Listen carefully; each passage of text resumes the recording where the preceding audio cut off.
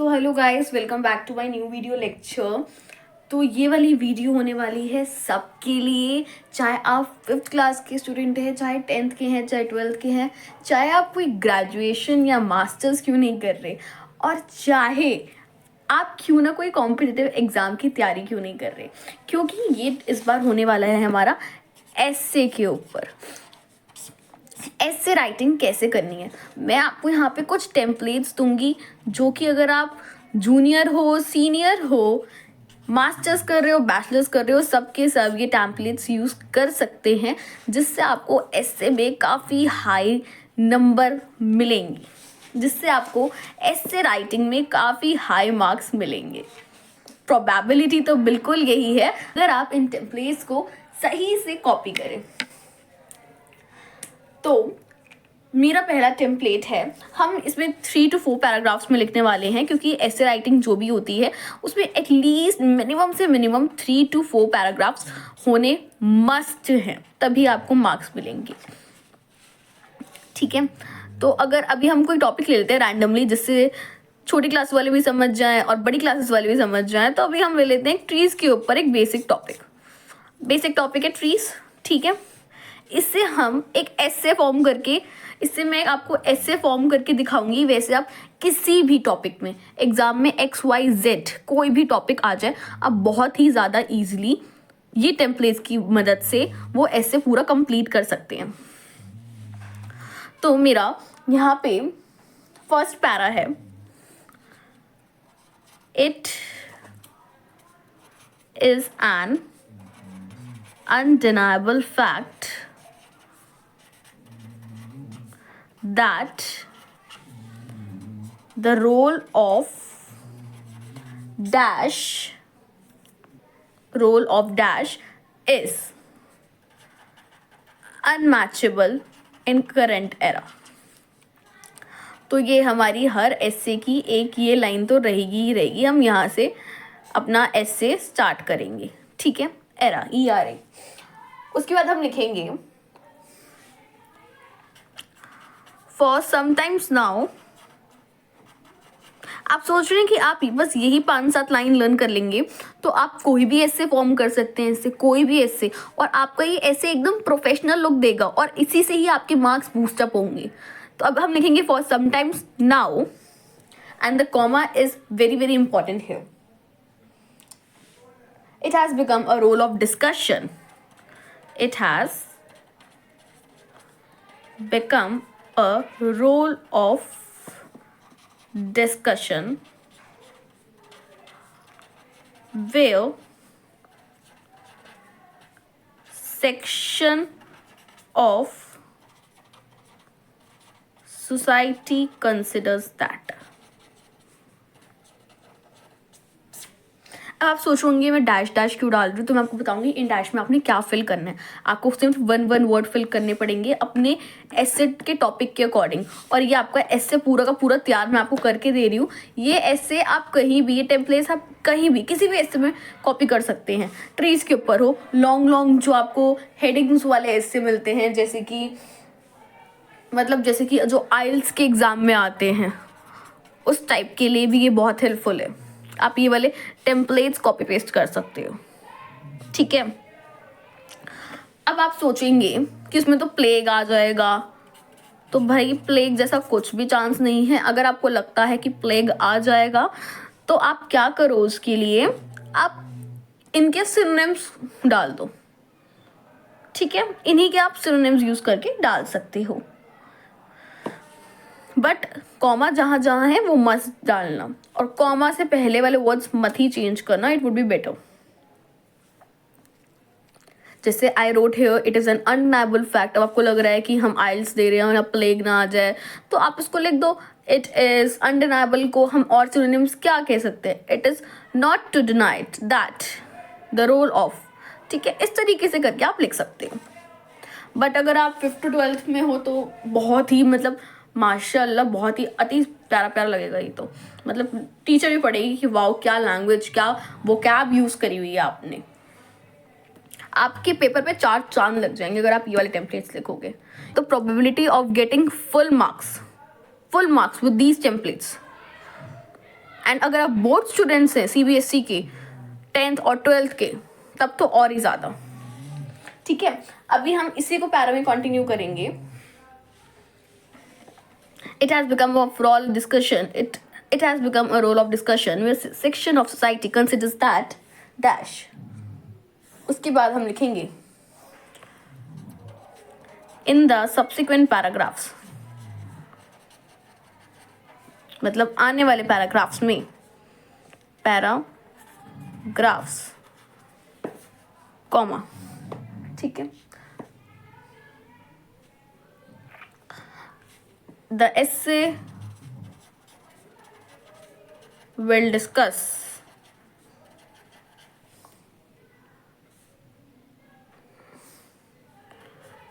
the negative and positive aspects of this issue। अगर आपके पास negative और पॉजिटिव इफेक्ट्स नहीं लिखने आपको आगे, मतलब आने वाले पैराग्राफ्स में आपको मतलब एकदम फ्लो में ही चलना है। जैसे आपके पास टॉपिक आया, जैसे ट्रीज के कुछ नेगेटिव इफेक्ट्स तो अभी तक मेरे माइंड में नहीं आ रहे, मान लेते कोई भी ट्रीज के टॉपिक है, नेगेटिव इफेक्ट्स नहीं लिखने मेरे को, ठीक है। अब मेरे को इसमें नेगेटिव एस्पेक्ट्स नहीं लिखने, तब ये तो लाइन बेकार है कि नेगेटिव और पॉजिटिव एस्पेक्ट्स शेयर करने वाले हैं। तब आप इसकी जगह कुछ और लाइन लिख सकते हो, तब आप लिख सकते हो, मान लेते हैं, ठीक है। इस लाइन को मैं थोड़ा हाईलाइट कर देती हूँ, यहाँ पर इस लाइन को मैं थोड़ा हाईलाइट कर रही हूँ, इस लाइन को, क्योंकि ये लाइन सबकी सेम नहीं हो सकती। अगर आपको पॉजिटिव नेगेटिव एस्पेक्ट्स नहीं लिखने अपने एस्से में, तब आप लिख सकते हो the essay will discuss, the essay will discuss the major aspects of the issue, ठीक है। या तो ऊपर वाली लाइन लिखना है या नीचे वाली, और डाल देती हूँ यहाँ, एक लाइन लिखना है दोनों में से अपने एस्से के अकॉर्डिंग। तो यहाँ पर हमारा फर्स्ट पैरा डन हो गया, ठीक है। हार्डली 5 मिनट्स भी नहीं लगेंगे इसको याद करने में। अब बात करते हैं कि जो खाली खाली स्पेसेस है इसमें हमें क्या फिल करना है। ये हमारा सिर्फ फर्स्ट पैरा हुआ है, मैं 2-3 पैरा और बता दूंगी, ठीक है। जैसे it is an undeniable fact that the role of dash is unmatchable in current era. यहाँ अपना टॉपिक का नाम लिखोगे, ट्रीज, एग्जाम्पल बता रही हूँ, मेरा ट्रीज है, ठीक है, मैंने ट्रीज लिए। आपका कुछ और होगा तो आपने वो लिखना है, ठीक है। For sometimes now it has become a for discussion where section of society considers that. अब यहाँ पर हमें बताना है कि लोगों के नज़रिए में क्या है ये चीज़, ठीक है। तो आप बता दोगे कि लोगों के नज़रिए में ट्रीज का इतना इंपॉर्टेंस है, जैसे कि trees gives oxygen, we survive because of them, they also give us many other things, ठीक है। तो मतलब इसमें सिर्फ एक लाइन में ही ख़त्म कर देना आप, क्योंकि हमें फर्स्ट पैरा को ज़्यादा एक्सटेंड भी नहीं करना, ठीक है। 1 लाइन में ख़त्म कर देना। मोस्टली जो ऐसे होते हैं हम 250 to 300 वर्ड्स के अंदर लिखते हैं, बट इट डिपेंड करता है आप कौन सी क्लास में, उसमें आपको जो भी ऐसे आएगा वर्ड लिमिट लिख कर आएगी, तो उसके अकॉर्डिंग भी चलना है। 1 लाइन लिख देना, ठीक है, कोई भी, ठीक है, कि लोगों के नज़रिए में ये चीज़ क्या है, या आपके नज़रिए ही बता देना, आपका नज़रिया क्या कहता है, ठीक है। फिर इसमें से आप 1 लाइन लिखोगे। अब आ जाते हैं सेकेंड पैरा पे, कि सेकेंड पैरा क्या कहता है भाई। सेकेंड पैरा की आप शुरुआत ऐसे करोगे, यहां से मेरा सेकेंड पैरा शुरू है कि eight the outset there are numerous factors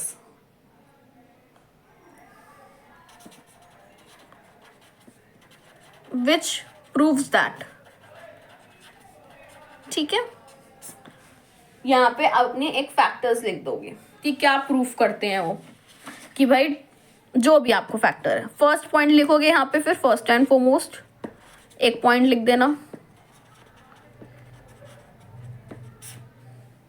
और उसको थोड़ा एग्जाम्पल से एक्सप्लेन कर देना। फॉर एग्जाम्पल, जैसे कि मैं यहाँ पे बताती हूँ कैसे। At the outset there are numerous factors which proves that trees are very beneficial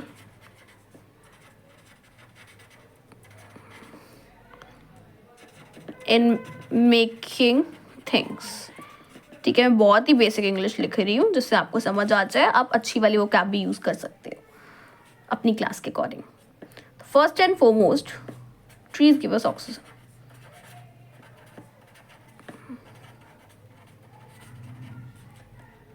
अब वो चीज़ें क्या क्या देते हैं पहले तो, और मेकिंग थिंग्स लिखा है मैंने तो मैं वो भी लिख दूंगी कि क्या देते हैं भाई। फर्स्ट एंड फॉरमोस्ट मेरा क्या पॉइंट है, दे प्रोवाइड अस,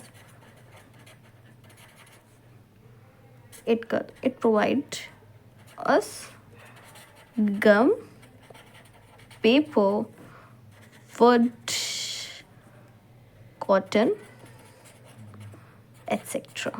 ठीक है, अब अपने अकॉर्डिंग लेंथ इंक्रीज कर सकते हो, आपको जितनी लाइंस लिखनी है। आपको एक दो लाइंस तो लिखनी ही पड़ेंगी ना, जो भी आपको टॉपिक है उससे रिलेटेड, बट मैंने आपको टेम्पलेट्स दी थी जिससे आपकी वर्ड लिमिट बहुत अच्छी कवर हो जाएगी, आपको फुल मार्क्स मिलेंगे क्योंकि आप इतनी अच्छी हाई वो कैब यूज़ कर रहे हो और आपकी लाइन सेम रहेंगी, चाहे आप कोई भी ऐसे लिख लो, किसी भी टॉपिक पर लिख लो। ठीक है, तो ये हो गया, तो ये हमारा हो गया सेकेंड पैरा। अभी आप सोचोगे सेकंड पैरा तो बहुत छोटा लग रहा है, नहीं, सेकंड पैरा को हम एक्सटेंड भी कर सकते हैं जितना हम चाहें। ठीक है, जैसे कि दे shelter to poor people etcetera etcetera, मतलब जो भी आप अपनी तरफ से लाइंस ऐड कर सकते हो। इसमें आपको देखो 1 से 2 लाइन ही ऐड करनी पड़ेंगी, और यही आपको एक ब्लैंक पेपर मिल जाता, ये ब्लैंक पेपर मिल गया कि भाई अब पूरा पैराग्राफ लिखो। आपको कितनी लाइन सोचते, आप सिर्फ यहीं तक पहुंच पाते 2-4 मिनट के अंदर अंदर। अभी आपको ये लाइंस लर्न रहेंगी तो आप 5 मिनट में ही लगेंगे पूरा लिखने में। जितना आप ये लिखोगे ना, टेम्पलेट्स लिखोगे, उतनी आपको नीचे की लाइंस याद आती रहेंगी। अभी हमने नीचे जाके क्या लिखना है। ठीक है, अभी आते हैं हम थर्ड पैरा पे। अब जैसे मैंने यहाँ पर बताया था कि पॉजिटिव लिख रहे हो तो अलग पॉइंट आएगा, नेगेटिव लिख रहे हो तो अलग पॉइंट आएगा, करेक्ट। ठीक है, तो उसी के अकॉर्डिंग हम थर्ड पैराग्राफ में चेंजेस करेंगे। मान लेते अगर आपने दोनों एस्पेक्ट्स लिखे हैं, यहाँ पर आप पॉजिटिव एस्पेक्ट लिखोगे। अगर आप ये लाइन लिख रहे हो ना, the essay will discuss the negative and positive aspects of the issue, अगर आपने यहाँ पॉजिटिव लिख दिए तो आपको पीछे नेगेटिव लिखने पड़ेंगे। यहाँ पे थर्ड पैराग्राफ में नेगेटिव एस्पेक्ट्स लिखने पड़ेंगे यहाँ पे आपको। लेकिन अगर आप ये लाइन लिख देते हो, the essay will discuss the major aspects of the issue, तब आप इसको ही कंटिन्यू कर सकते हो थर्ड में। मतलब आपको नेगेटिव लिखने की जरूरत नहीं है, फिर आप इसी को ही आगे मतलब पॉइंट्स बढ़ा सकते हो। कैसे वो बताती हूँ। मान लेते हैं कि मैंने यहाँ पर ये लिखी लाइन, सिर्फ ये लाइन, ठीक है, this will discuss the major aspects of the issue, तब मेरा थर्ड पैरा की शुरू होगा। तब मैं थर्ड पैरा कैसे शुरू करूंगी कि इन कंट्रास्ट, ऐसे करके शुरू करूंगी मैं, इन कंट्रास्ट, और अपनी लाइंस लिखूंगी। ठीक है, लेकिन अगर मैंने यहाँ पर फर्स्ट पैरा में लिखा कि मैं दोनों एस्पेक्ट शेयर करूंगी, नेगेटिव भी बताऊंगी और मैं पॉजिटिव भी बताऊंगी, मैंने यहाँ पॉजिटिव बता दिया तो अब मतलब मैं यहाँ नेगेटिव बताऊंगी, तो यहाँ पे मेरा टेम्पलेट बदल जाएगा। और मेरा टेम्पलेट कैसे बदलेगा, तो मैं यहाँ पे लिखूंगी ऑन द कॉन्ट्रैरी। ठीक है, ऑन द कॉन्ट्रैरी, या आप ये भी लिख सकते हो ऑन द अदर हैंड, क्योंकि कॉन्ट्रैरी मतलब यही होता है। ठीक है, ऑन द कॉन्ट्रैरी मतलब मैं डिबेट वाला इशू कर रही हूँ। यहाँ पे और डाल देती हूँ, या तो ये लिखोगे या ये लिखोगे। पॉजिटिव नेगेटिव इफेक्ट्स कर रहे हो तो ये वाला लिखोगे लाइन। अगर आपको वही आगे उसी के फेवर में बढ़ाना है तो आप ये लाइन लिखोगे। जैसे अगर मेरे को उसी के फेवर में बढ़ाना है तो मैं क्या लिख दूंगी इधर कि in contrast we survive because of them,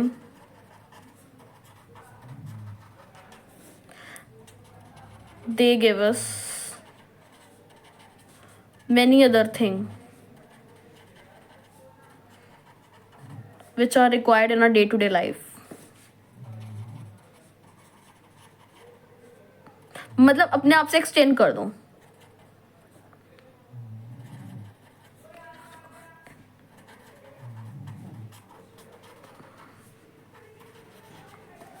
ठीक है, जैसे cotton for clothes, would for furniture, fruits, even paper and pencil, तो इसको एक्सटेंड कर देना।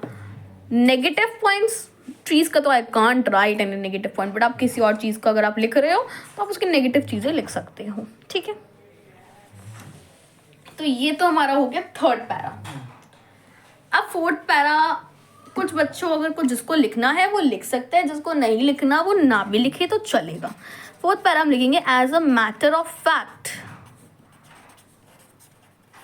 एक हम यहाँ पर सर्वे देंगे जिससे आपका एसे का लुक और ज़्यादा एनहांस होगा, ठीक है। हम यहाँ पे सर्वे देंगे as a matter of fact, more than या लेस देन, कुछ भी एक यूज कर लेना।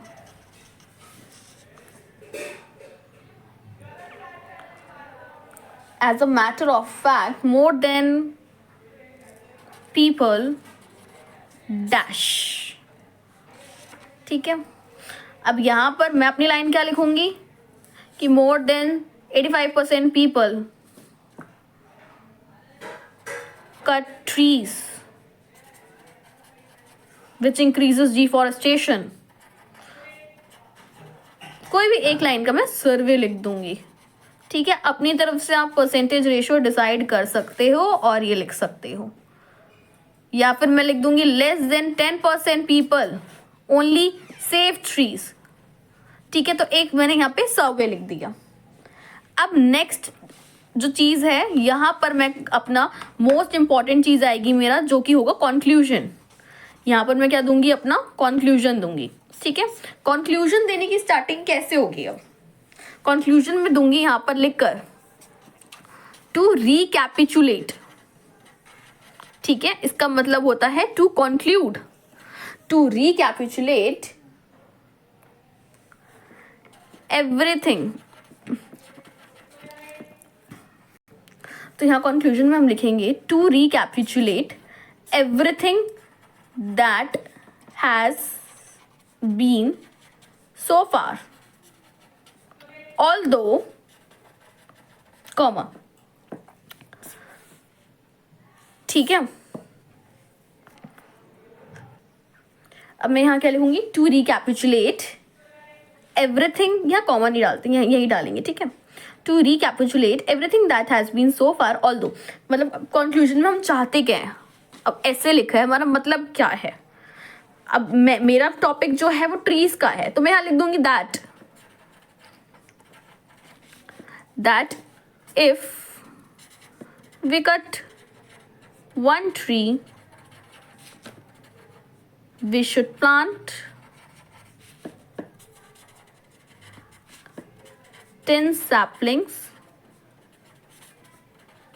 on its place। अगर हम एक पेड़ काटते हैं तो हमें उसकी जगह 10 प्लांट्स लगाने चाहिए, ठीक है। तो मेरा ये कंक्लूजन है, जिससे डिफॉरेस्टेशन कम होके एफॉरेस्टेशन बढ़ेगा, ठीक है। तो ये था मेरा एसे। अगर हम ये वाले टेम्पलेट्स यूज़ करेंगे हार्डली 5 मिनट्स लगेंगे इसको याद करने में, ठीक है। मैंने बता ही दिया है कि ये हमारा है फर्स्ट पैरा, ये हमारा है फर्स्ट पैरा, ठीक है। यह हमारा टॉपिक आएगा, यहाँ हम एक लाइन लिख देंगे, इन दोनों में से एक लाइन लिखोगे अपने एसे के अकॉर्डिंग। देन सेकेंड पैरा हमारा ये हो गया, ठीक है। सेकेंड पैरा हमारा ये हो गया। यहाँ आप पॉजिटिव इफेक्ट्स लिख सकते हो या अपनी लाइंस लिख सकते हो। देन थर्ड पैरा हमारा ये हो गया। अगर आप पॉजिटिव नेगेटिव वाली वहाँ पे फर्स्ट पैरा में लाइन लिख के हो तो आप ये लिखोगे। अगर आप दूसरी लाइन लिख कर आओ मेजर एक्सपेक्ट्स वाली तो आप ये लिखोगे इन कंट्रास्ट और अपना कंटिन्यू, ठीक है। पॉजिटिव इफेक्ट पहले लिख दिए तो यहाँ नेगेटिव लिखोगे, वहाँ नेगेटिव लिख दिए तो यहाँ पॉजिटिव लिखोगे। क्लियर। सर्वे है, ये ऑप्शनल पैराग्राफ है, अगर आपको लिखना हो तो लिख लेना, ठीक है। तो ये हमारा हो गया फोर्थ पैरा, क्योंकि ये हमारा था थर्ड, ठीक है। एंड कंक्लूजन हमने फिफ्थ पैरा में एंड कर दिया, ठीक है। तो ये था हमारा एसे लिखने का तरीका। अब देखो हमने कितनी लाइंस अपनी तरफ से ऐड करी हैं। यहाँ पे एक लाइन हमने ये लिखी, ये तो आपका कंक्लूजन है, चलो ये ऑप्शनल है, इसको भी फिर भी ऐड कर लेते हैं। 2 लाइन ये हो गई हमारी, 3 लाइन ये हो गई, 3 लाइन, और मैंने तो 4-5 लाइन लिखी है। मैंने मतलब मोस्टली सोचो 4-5 लाइन लिखी है, मेरा पूरा का पूरा एसे जो है कवर हो गया। क्या अब ये 4-5 लाइन आप एक आपको ब्लैंक पेपर देते तो क्या आप 4-5 लाइन में पूरा इतने वर्ड कंप्लीट कर पाते? इतनी अच्छी वोकैबुलरी यूज कर पाते? क्या आप इतनी स्पीड में लिख देते? नहीं हो पाता, आपके सोचने में टाइम लग जाता। और 5 लाइन्स में आपकी सिर्फ इतनी शीट भर जाती, ज़्यादा ही खुला लिख ले तो इतनी भर जाती। You won't get good marks. But now, if you will follow these templates, definitely you will score high marks. So that's it for today's video. Thank you.